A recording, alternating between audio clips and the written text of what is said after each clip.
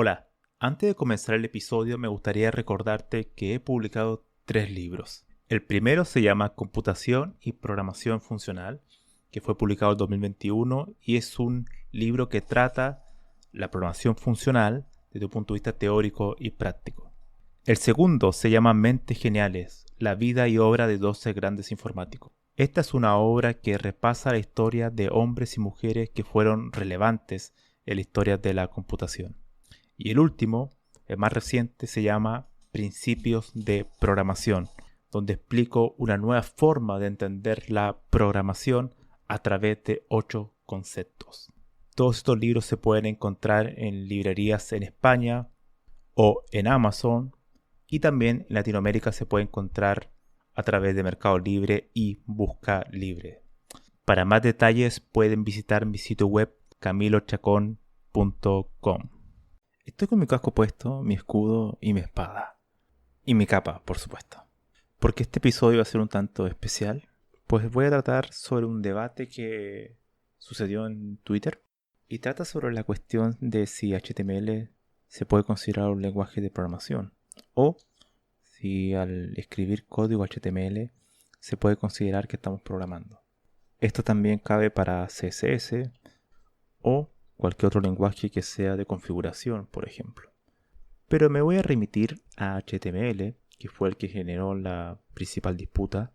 Este debate, participó Eduardo Díaz, que fue una de las personas que yo entrevisté en este podcast hace un tiempo, en el episodio 88, y yo. Entonces me gustaría, más que defender mi postura, es simplemente dar las dos posturas y ustedes pueden decidir cuál les parece más convincente. Así que trataré de ser neutral en medida de lo posible.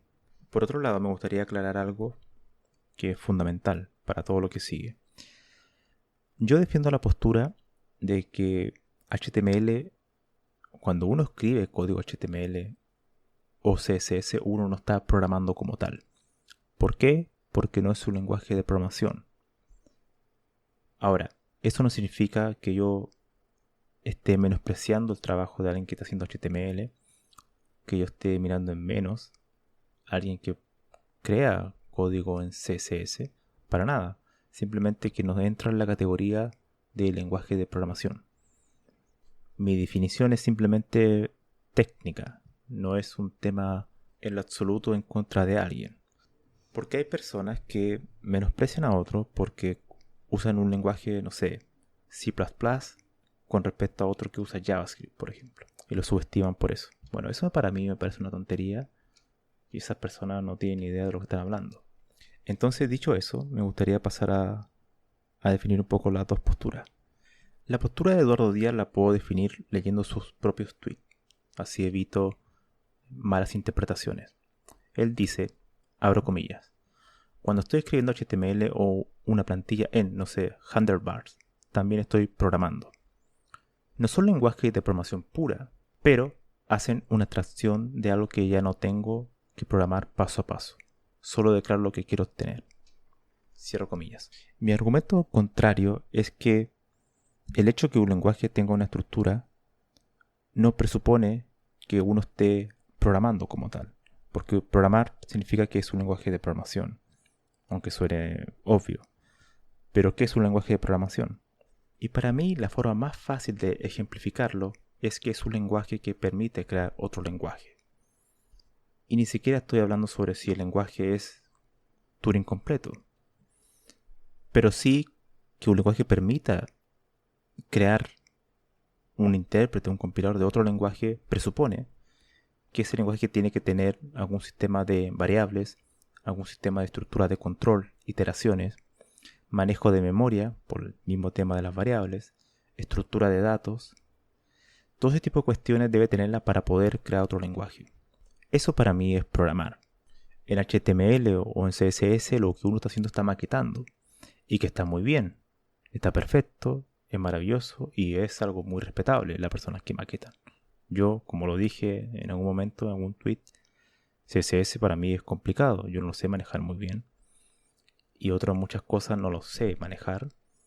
Y eso no significa que a no ser lenguaje de programación, significa que sea más fácil, o sea, no tiene nada que ver. Simplemente estoy realizando una clasificación. Porque para mí, tener los conceptos claros es fundamental. Si yo empiezo a decir que HTML es programación, estoy metiéndome en un lío enorme y estoy enseñándole mal a las personas que están recién comenzando. Es para mí inaceptable, ¿no? Porque en realidad no estoy diciendo la verdad. Se lo estoy simplificando para que ellos puedan avanzar. Pero esa no es la forma de avanzar, al menos desde mi punto de vista, en la programación. Lo que uno sí puede decir es que ese tipo de lenguajes, lo de maquetado en particular, son complementos a otro lenguaje de programación. Y es muy raro que alguien hoy en día ocupe el lenguaje de maquetado sin ocupar un lenguaje de programación, como JavaScript. Es muy extraño. Por tanto, es una disputa que probablemente no tenga ningún sentido. Pero es muy relevante porque tiene un trasfondo filosófico. Y ya lo voy a explicar por qué. Otra cuestión que dijo Eduardo Díaz, abro comillas. Yo estoy de acuerdo que tenemos que tener una distinción de qué es o no es un lenguaje de programación desde un punto de vista teórico, porque ordena muchas discusiones y distinciones.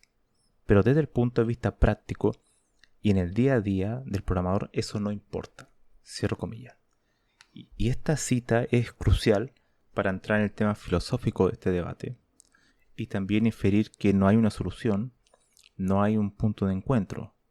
Y esto, entre paréntesis, me recuerda al tema de los juegos del lenguaje de Wittgenstein, que es de las pocas cosas interesantes que dijo. Y es que en realidad estamos hablando de dos cuestiones distintas, a pesar de que el debate se centra en si al escribir código HTML estamos programando o no. La pregunta de fondo es ¿qué es programar? Y nosotros dos tenemos dos formas distintas de programar. Entonces es un juego de lenguaje en el sentido de que estamos en distintos juegos. Porque a pesar de que tengamos las mismas cartas, nuestras reglas del juego son diferentes. Por tanto, no nos podemos poner de acuerdo. Y es filosófico el tema de qué es la programación, porque Eduardo tiene un punto de vista pragmático. Ya lo decía su última cita, cuando él menciona que desde el punto de vista práctico, en el día a día, al programador eso no le importa. Por tanto, yo no tengo una visión pragmática cuando hablo de esto. Estoy teniendo una visión mucho más teórica, sistémica, por así decirlo, donde para mí la definición es clave de los lenguajes. Ya no estoy entrando en un tema pragmático, porque ser pragmático presupone un efecto en las demás personas. Las cosas que hace tienen una repercusión en los demás. Tienes que valorar distintas cuestiones, distintas variables, distintas restricciones.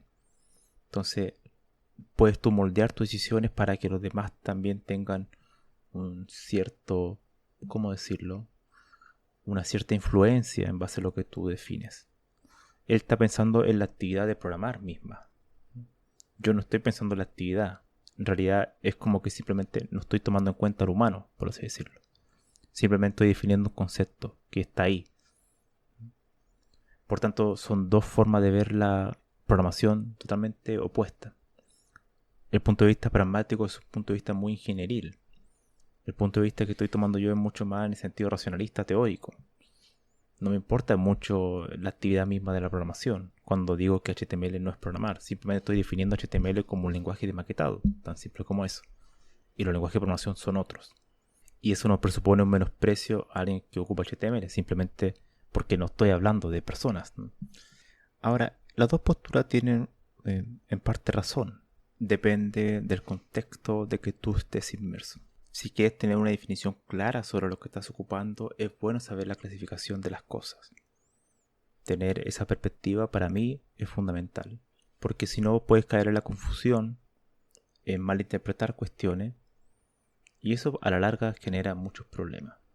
Ahora, el otro punto de vista es también muy importante, porque es inclusivo y no exclusivo, en el sentido de que incluye, si yo más lenguaje digo que es programar, estoy añadiendo a más personas. Tiene un punto de vista mucho más social.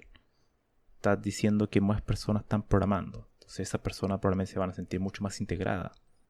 Pero el tema está en que técnicamente no es así. Ahora, eso no significa que un lenguaje sea estático, o sea inmutable en el tiempo. Sabemos que muchos lenguajes, por ejemplo, mainstream como Python, como C++, han añadido sobre todo funcionalidades de la programación funcional en los últimos años. Es decir, son lenguajes que han se han ido adaptando a las nuevas necesidades de los tiempos. Por tanto, Python de hace 10 años no es el mismo Python de la actualidad. Se han incorporado nuevas características, su sintaxis se ha ampliado. Por tanto, un lenguaje, por ejemplo CSS, podría llegar a ser un lenguaje de programación en el futuro, quién sabe, si se le añaden las cosas que dije anteriormente, estructura de control, variables, todo ese tipo de cuestiones. Y para eso me gustaría explicar un momento lo que es que un lenguaje se considere Turing completo. Más allá de todo el tema de la estructura de control, el manejo de memoria, iteraciones, que son en definitiva lo que es una máquina de Turing. Una máquina de Turing es una cinta infinita donde hay simplemente un cabezal que se va moviendo de izquierda a derecha y que puede leer o escribir una celda y nada más que eso.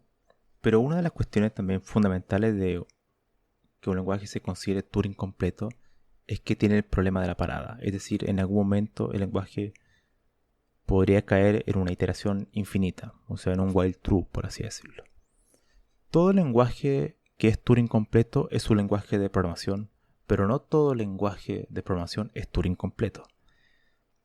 Por ejemplo, Ada, que es un lenguaje que es una especie de evolución de Haskell, al cual yo le dediqué un episodio en este podcast, es un lenguaje que no es Turing completo porque asume el concepto de totalidad. Es decir, el concepto de totalidad presupone que el compilador hace un chequeo previo de análisis estático de que ese código, una vez compilado, va a detenerse en algún momento. Nunca va a caer en un ciclo infinito. Por tanto, no es un lenguaje que sea Turing completo. Por tanto, decir que el lenguaje Turing completo no es algo que lo haga mejor como tal. Simplemente es una característica, es una propiedad. Entonces, es lo mismo cuando yo digo que el lenguaje de programación es tal, no significa que sea mejor que un lenguaje que no es programación, es simplemente una clasificación.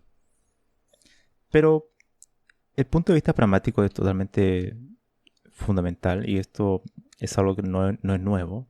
Pues ya en la década de los 80 hubo todo un debate que hasta el día de hoy se puede leer en los libros de filosofía de la informática, que es el debate de la verificación formal. Habían autores como Anthony Hoare, Dijkstra también, que asumían que la programación debería ser totalmente formal, es decir, que se tenía que aplicar un tipo de verificación estática en todos los algoritmos y que era impensable crear software rápidamente y que después se iba a ir iterando y corrigiendo los errores, como lo que ocurre hoy en día con los sistemas de testing, que son testing dinámicos, no estáticos. Es decir, ejecutar un programa y ver su comportamiento, si ocurre algún error, entonces revisar dónde ocurre el error y corregirlo. Eso no era lo que proponían Dijkstra, por ejemplo. Ellos creían en la verificación formal, es decir, una especificación previa para asumir que todo el código iba a hacer lo que la especificación decía en tiempo de compilación. Pero ese debate, que era totalmente filosófico, es un debate también el mismo que tuvimos en cierta medida con Eduardo, que es un debate ingenieril de los que dicen que el software es tan complejo que no puedes hacer una verificación formal previa, por tanto tienes que hacer un testing, tienes que tener pruebas, porque los errores van a existir. Y el otro punto de vista de Dijkstra es que no se tienen que evitar totalmente los errores. Y hasta el día de hoy no hubo vencedores en ese debate, aunque uno podría decir que, claro, la industria del software se impregnó de la idea de la ingeniería y eso también ha provocado mucho daño también en la industria por la cantidad de errores, bugs que ocurren. Y el lado de la verificación formal se ha mantenido, pero en sistemas críticos, en sistemas distribuidos, por ejemplo, ahí donde surgen los lenguajes de especificación, que son lenguajes que siguen esa estela de la idea de la verificación formal. Lamentablemente la verificación formal, el sueño de evitar los errores en el software, es un problema enorme por una cuestión muy simple. Es costosa en cuanto a tiempo de código, de pensar una buena verificación. No se puede verificar todo porque requiere mucho trabajo. Es complejo de realizar. Y en la mayoría del software que se hace hoy son muchas cuestiones que no requieren tanta fiabilidad, pues son componentes no críticos, por así decirlo. Entonces, volviendo al tema en cuestión, Yo considero que HTML no es un lenguaje de programación y que lo que hay ahí en HTML simplemente son etiquetas que tienen sus jerarquías anidadas, que es el DOM, en el cual hay ID, hay clases, que son identificadores, que uno lo puede después ocupar a través de JavaScript o a través del mismo CSS para asignarle algún tipo de propiedad o acción. Pero en ningún caso es un lenguaje como tal. ¿Y por qué? Porque en HTML yo no puedo crear otro lenguaje. Es una forma simple de explicarlo de lo que es un lenguaje de programación. Entonces, resumiendo, el punto de vista pragmático, ingenieril, es inclusivo. Es decir, HTML o otro lenguaje estructurado, podríamos decir que se está programando para incluirlos y no apartarlos en el ecosistema de desarrollo. Mi punto de vista es que eso no tiene nada que ver, que las personas en este contexto que estamos hablando no están en juego y que simplemente es una clasificación de cosas formales, como una persona que ve algunos cálculos matemáticos en una hoja de papel. Yo lo empiezo a leer y digo, bueno, esto es cálculo, o esto es álgebra lineal, o esto es teoría de conjunto. Eso lo puedo identificar a través de su sintaxis. Pero en ningún caso estoy diciendo que al ser cálculo va a ser mejor que álgebra lineal. Es una inferencia que no tiene ningún sentido, en mi punto de vista, porque no estoy hablando de eso. Simplemente estoy haciendo una categoría de lo que estoy viendo. Lamentablemente esa clasificación en algunos casos es mal interpretada y se tiende a asumir que uno está menospreciando a alguien, lo cual no debería ser así. Yo creo que las dos posturas son válidas dependiendo en qué momento se utilicen, pero sí creo que la postura pragmática e ingenieril no tiene que involucrarse en la definición de los conceptos, de los artefactos, cambiar de categorías a ellos.